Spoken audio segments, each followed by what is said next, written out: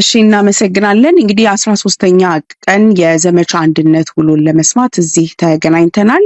በሚዲያ በኩል ኤቢሲ ቴሌቪዥን፣ ሮሃ ቲቪ፣ ግሎባል ፋኖ ሚዲያ፣ ብላክ ላይን ሚዲያ እንዲሁም ኢትዮ 251 አሻራ ሚዲያ ተጨማሪ መረጃ ቲቪ እዚህ እንገኛለን። የቀጠናዎቹ የህዝብ ግንኙነት ኃላፊዎችም ሪፖርቱን ለማሰማት ስለተገኛችሁ በጣም አመሰግናለሁ። በቅድሚያ የአማራ ፋኖ በጎጃም የህዝብ ግንኙነት ኃላፊ ፋኖ ማርሸት ፀሐዩ ወደ አንተ ልምጣና 13ኛ ቀን የዘመቻ አንድነትን በተመለከተ አጠቃላይ በእናንተ ቀጠና ያለውን ብታሰማን። አመሰግናለሁ ማዚ። እንግዲህ ዘመቻ አንድነት 13ኛ ቀን ላይ ይገኛል። በጣም በየቀኑ ሆት እየሆነ ቀጥሏል። ውጊያው ድል ማድረጉም ቀጥሏል።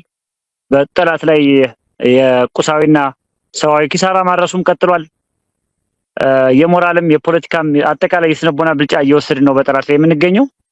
13ኛ ቀኑን በያዘው ዘመቻ አንድነት የአማራ ፋኖ በጎጃም በአንደኛ የሚጠቀሰው ተፈራ ዳምጤ ሁለተኛ ክፍለ ጦር ስር የሚገኘው ዮሐንስ አለማየሁ ብርጌድ ሰርጎ ገብ ቦምብ የተሳካ ኦፕሬሽን ሰርቷል። ሁለተኛው በአማራ ፋኖ በጎጃም ሳሙኤል አወቀ ክፍለ ጦር አረንዘው ጎንቻ ብርጌድ 4 ቦታ ላይ ባደረገው ማጥቃት በወራሪው ላይ ከባድ ሰዋዊና ቁሳዊ ኪሳራ ያደረሰ ሲሆን በአጠቃላይ የሶስቱ አውደ ውጊያ የተደረጉ መረጃዎች ያልደረሱንም እንጂ አንድ ቦታ ላይ ብቻ በተደረገ ማጥቃት 17 የወራሪ ኃይል በአጠቃላይ በ71ኛ ክፍለ ጦር ላይ ከባድ መብረቃዊ ጥቃት በመፈጸም አረንዛው ጎንቻ ብርጌድ ዛሬ 4 ቦታ ላይ ድል ተቀዳጅቷል። ሶስተኛው በ3ኛ ጎጃም አገው ምድር ክፍለ ጦር ስር የሚገኘው አቤ ጉበኛ ብርጌድ ዱር ቤቴ ከተማ ላይ ባደረገው ድንገተኛ ማጥቃት ስብሰባ ለመሰብሰብ ሲንደፋደፉ በነበሩ የክፍለ ጦር አመራሮች፣ የኮር አመራሮችና ካቢኔዎች ጋር ባንድ ላይ በመሆን ማህበረሰብ ለመሰብሰብ ጥረት ሲያደርጉ ነበር። ስብሰባውም ተበትኗል። በተደረገው ማጥቃትም ዘሪውን 13ን በመጠቀም እንደዚሁም ቦምብን በመጠቀም ከፍተኛ ድል ተቀዳጅተናል። በዚህም አንድ የብልጽግና ስብሰባ መበተን ተችሏል። ሁለተኛ 2 የከፍተኛ አመራር አጃቢዎችን ቁስለኛ ማድረግ ተችሏል። በአጠቃላይ ዘመቻ አንድነት ጠንከር ብሎ ቀጥሏል። ሌላው በዛሬው ዕለት ለየት ያለ ዜና አለ። እሱ ዜና ምንድነው? በመራዊ ከተማ ከቅርብ ርቀት በምትገኘው ብራቃት በተባለች አነስተኛ የገጠር ከተማ ውስጥ የሚገኘው የወራሪው መከላከያና የአድማ ብተና አባላት እርስ በርስ ገጥመው ለረጅም ሰዓት በደረገ የተኩስ ልውውጥ በርካታ የጠላት ኃይል ሙትና ቁስለኛ መሆኑን አረጋግጠናል። የኮዙ ምንድነው? የግጭቱ መንስኤ ምንድነው? በግምገማ ወቅት የወራሪው መከላከያ መካከለኛ አመራሮች እዚያ የነበሩ ማለት ነው ከዚህ በፊት በሰሜኑ ጦርነት ህወሓት ጋር ባደረግነው ውጊያ ፋኖ ሆኗል።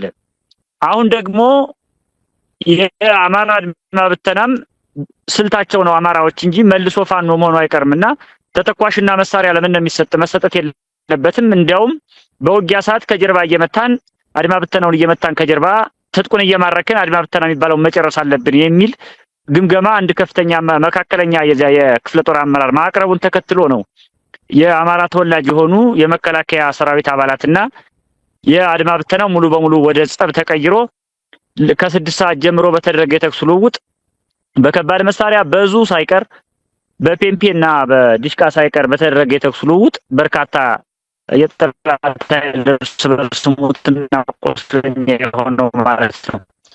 በዚህ አጋጣሚ እና በተለይ የአማራ ተወላጅ ነው የብልጽግና ስርዓትን እያገለገሉ ለሚገኙ ኃይሎች በሙሉ መልእክት አለኝ።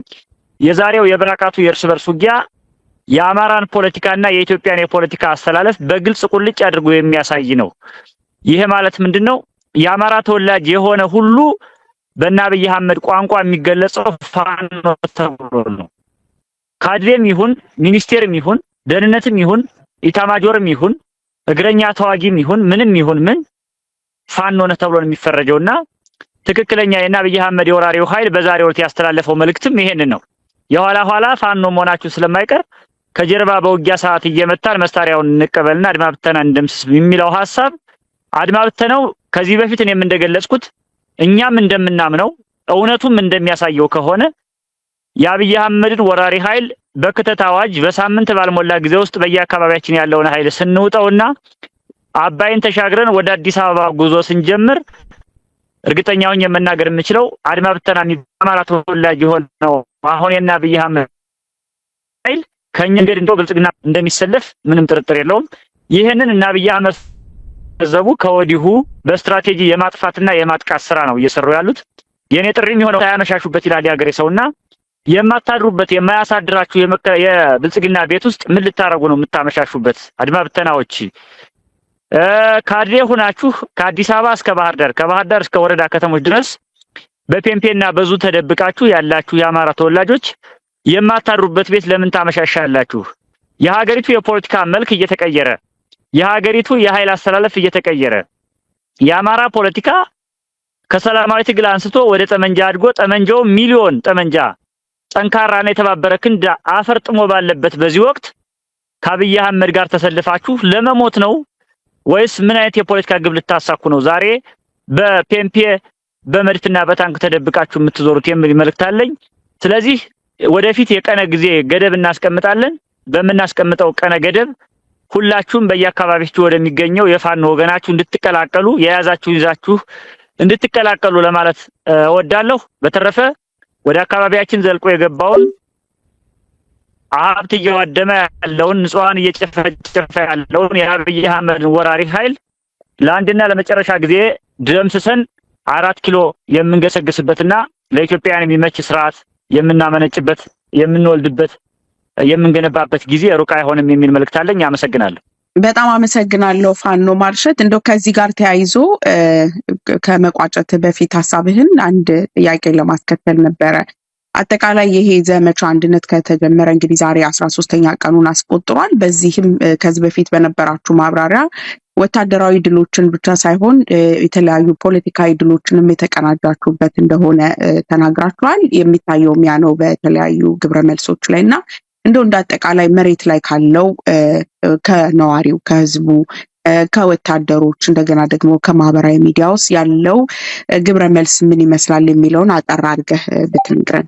ማህበረሰባችን ዘመቻ አንድነት ከታወጀ ጊዜ ጀምሮ መሬት ላይ እየታገለ ያለውም ሎጂስቲክ እያቀበለ ያለውም መረጃ እያቀበለ ያለውም የትግሉ ደጋፊ የሆነውም በውጭ ዓለም የሚገኘውም ሐሳብ ያለውም የሌለውም በአጠቃላይ የአማራው ማህበረሰብ ከምን ጊዜውም በላይ የተነቃቃበት በትግሉ ያለው ተስፋ በእጥፍ የጨመረበትና ዋጋ ለመክፈልና ይህን ስርዓት ለመጣል ዝግጁ መሆኑን በተግባር ጭምር ያረጋግጠና ገንፈልገው ትልቅ ነገር አሁን ማህበረሰባችን በየትኛውም ዓለም ያለ ከዓለም ጫፍ እስከ ጫፍ ያለ የአማራ ማህበረሰብ እና ሀገር ወዳድ ኢትዮጵያዊ እንዲሁም የትግሉ ደጋፊ በዘመቻ አንድነት መባቻ ላይ አንድ ድርጅት መስርተን የተመሰረተውን ድርጅት አውጀን ድጋሜ የሙሉ ጊዜ ጦርነት አውጀን ብልጽግና እንድንፋለመውና እንድናስወግደው እየጠበቀ ነው። እውነተኛውና ነባራዊ ሁኔታ የሚያሳየው የህዝባችን ስሜትና ፍላጎት ይሄ ነው። ስለዚህ እኛም ለዚህ የመጨረሻውን እድል አሟጠን ዘመቻ አንድነትን አስቀጥለን ድርጅታችንን መስርተን ህዝባችንን አሰልፈን ይሄንን ወራሪ ኃይል ደምስሰን ለህዝባችንም ህልውናውን የሚያረጋግጥ ለኢትዮጵያውያንም የሚጠቅም ድርጅት እንደምንመሰርት ለማረጋገጥ እወዳለሁ። ስለዚህ ማህበረሰባችንን በየአቅጣጫው በቻለው መንገድ ሁሉ ይደግፍ። ልክ አሁን ሞራሉ እንደተነቃቃ ሁሉ አሁን ጥሩ እየሰራችሁ ነው እንደሚለን ሁሉ አሁን ደስታውን እንደገለጸልን ሁሉ አሁን ዋጋ ከፍሎ ስርዓቱን ለመጣል እየተዘጋጀ እንደሆነ ሁሉ ዘመቻ አንድነት ያመጣውን መነቃቃት በእጥፍ አስቀጥለን ወደ ድርጅታዊ መስረታና ወደ ሌሎች የኃይል ግንባታ የኃይል አንድነት ወደ ከፍተኛና ከባድ ማጥቃት ተሸጋግረን ይህን ስርዓት ለመጣል የምናደርገውን ጥረት እየደገፈ ነው፣ በተጨባጭ አሳይቶናል። ስለዚህ እኛም በተባልነው በተጠበቅነው በተገመትነው ልክ ሆነን ለመገኘት ዝግጅት እያደረግን ስለሆነ በአጠቃላይ የማህበረሰባችን ሞራልና ያለበት የድጋፍና የስሜት ደረጃ ከመቼውም ጊዜ በላይ ደስ የሚል ሆኖ አግኝተነዋል። ማዚ በጣም አመሰግናለሁ ፋኖ ማርሸት። እሺ በቀጣይ ወደ አማራ ፋኖ በሸዋ እዝ የህዝብ ግንኙነት ኃላፊ ፋኖ ዶክተር አብደላ እንድሪስ ወደ አንተ ልለፍና አጠቃላይ የ13ኛ ቀን ዘመቻ አንድነት ውሎ ምን ይመስል ነበር የሚለውን ብታስቃኘን። አመሰግናለሁ። መልካም። እሺ የአማራ ፋኖ ሸዋ እዝ የሚለው የአማራ ፋኖ በሸዋ በሚል ይስተካከል። ጥሩ እንግዲህ የአማራ ፋኖ በሸዋ ምንድነው የዘመቻ አንድነት ከተጀመረ ጊዜ ጀምሮ በንቃት እየተሳተፈ ይገኛል። ምናልባት ሙሉ መረጃዎቹን የኢንተርኔት መቆራረጥ ነበር ማግኘት አልቻልኩም። የሆነ ሆኖ ዛሬም በሁሉም ክፍለ ጦሮቻችን እንቅስቃሴ በመጠነኛ እንቅስቃሴ የነበረበት ሁኔታ ነው ያለው። ከጦር ምንድነው ከአውደ ውጊያ አንጻር ምናልባት ይህን ጠቅለል ያለ በኋላ የምናሳይ ይሆናል። ከዛ በዘለለ ግን በአብዛኛው የፖለቲካ ስራዎች ስንሰራ ነው ያልነው። ዋና መሪውን ጨምሮ የጦር ምንድነው ሰራዊቱን በማነቃቃት ግንባታ በመስጠት ለቀጣይ ዝግጁነት እንዲዘጋጅ ዝግጅት እንዲያደርጉ ስናደርግ የዋልንበት ሁኔታ ነው ያለው። በሌላ መንገድ እንደምታስታውሱት ቀጠናዊ ትስስሮች ስራዎች እየተሰሩ ነው ያለው። ከዚህ በፊት እንደምታስታውሱት 7 ክፍለ ጦር ከቀደም ሲል ከነበረው በታደረጃጀት ወጥቶ ብቻውን የነበረበት ሁኔታ ነው ያለው። እሱንም እንግዲህ በተቻለ መጠን ከዚህ ዘመቻ አንድነት ጋር በማያያዝ በተቻለ መጠን ጥንቃቄ በማድረግ በመነጋገር ቀጠናዊ ትስስር እንዲፈጥሩ ከአማራ ፋኖ በሸዋ ከአፄ ይኩኖ አምላክ ክፍለ ጦር ጋራ በጋራ ጠላትን በመምታት ላይ አብረው እንዲሰሩ ሌሎች ውይይቶች ካሉ በቀጣይ ምንድነው ግለቱን ጠብቀው እንዲሄዱ የማድረግ ስራዎች ሲከናወኑ ነው ያለው። ምናልባት እዛ ላይ እናንተም በተለያየ ሚዲያ አማራጮች አይታችሁታል። በተለይም ቀደም ሲል በነበሩበት አደረጃጀት ህዝብን አስቀይመናል ይሆናል በሚል ይቅርታ ህዝብን በመጠየቅ ከወንድሞቻቸው ጋራ 7 ክፍለ ጦር ማለቴ ነው ከአፄ ይኩኖ አምላክ ክፍለ ጦር ጋር አንድ እንደሆኑ በተለይም ከዚህ በፊት በነበረው ማጀቴና አካባቢ በነበሩ አንዳንድ እንቅስቃሴዎች ላይ ማወቅም ይሁን ባለማወቅ ስንሳተፍ የበደልነው ህዝብ ያጠፋነው ህዝብ ወንድሞቻችንን ማስቀይመን ከሆነ በሚል ፍጹም አማራዊ በሆነ ቅንነት በተሞላበት በፍቅር አይን ይቅርታ ህዝብን ሲሉ ተንበርክከው አይተናል። ይህም እንግዲህ በጣም የሚያስገርምና ደስ የሚያሰኝ ነገር ነው። ምንድነው ሰው ያጠፋ ብቻ አይደለም ይቅርታ የሚጠይቀው፣ የበደለ ብቻ አይደለም የተበደለም ፈጣሪም ዝቅ ብሎ እንዳስተማረው ያ ምሳሌ በማድረግ ተበድሎ ጭምር ይቅርታ የሚጠይቅ ያው የትልቅነት መገለጫ ነው። በተለይ በአማራ ባህል ሰው ተበድሎ እንኳን ይቅርታ ይላል። መንገድ ላይ መጥቶ እንደገፋው እያወቀ እንኳን ይቅርታ ይጠይቃል።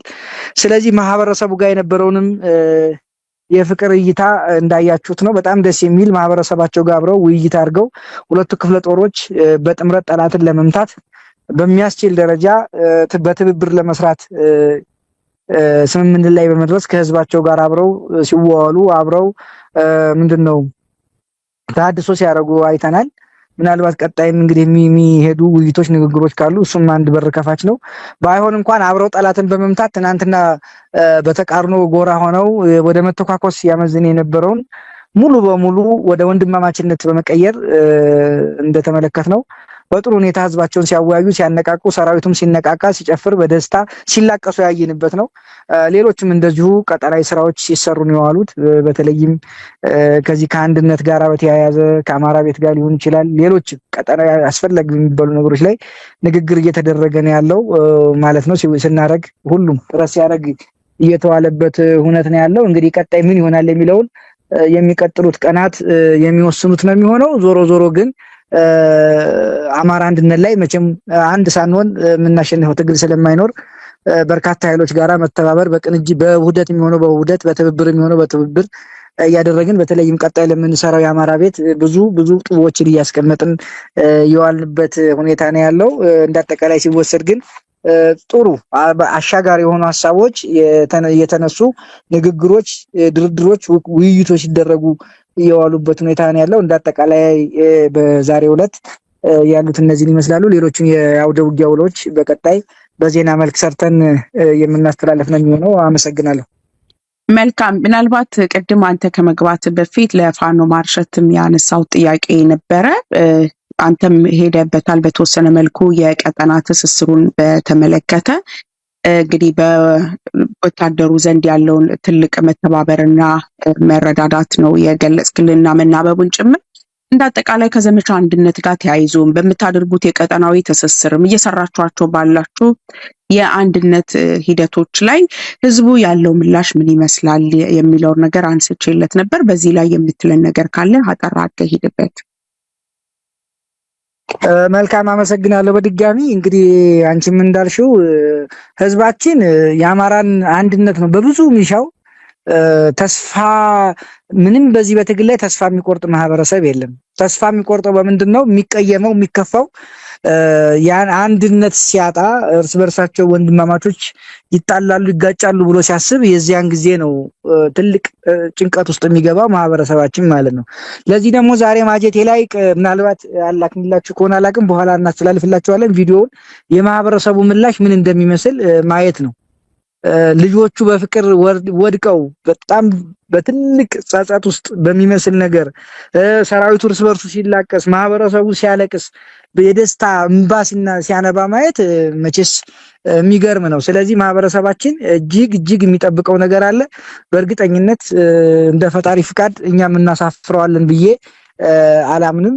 በቀጣይ እነዚህ ነገሮች ሙሉ በሙሉ ተቀርፈው ዛሬ ማጀቴ ላይ የታየውን የደስታ እንባ ምናልባትም በሚቀጥሉት ጊዜያት ምናልባትም ቀናት ሊሆን ይችላል በአማራ አጠቃላይ በአማራ ህዝብ ወይም ደግሞ በአራቱ ጠቅላይ ግዛቶች በሚደረገው በፍጻሜውን በሚያገኘው የአማራ አንድነት ቤት ላይ እንደሚደግመው ሁሉም ምናልባት እዚህ ማጀቴ የታየው በመላ አማራ ክልል ብቻ ሳይሆን በመላ ዓለም የሚኖሩ አማራዎች የደስታ እንባ እንደሚያነቡ ምንም ጥርጥር የለኝም። ስለዚህ በእኛ በኩል የምንችለውን ሁሉ እያደረግን ነው። እንግዲህ የቀጣዮቹ ቀናቶች የሚወስኑት ነው የሚሆነው። ይሄን ነው ማለት የምንችለው። በጣም አመሰግናለሁ። እንግዲህ አድማጭ ተመልካቾቻችን የዛሬው የውሎ ዘገባችን ይሄን ነው የሚመስለው። እንግዲህ የአማራ ፋኖ በወሎ የህዝብ ግንኙነት ኃላፊና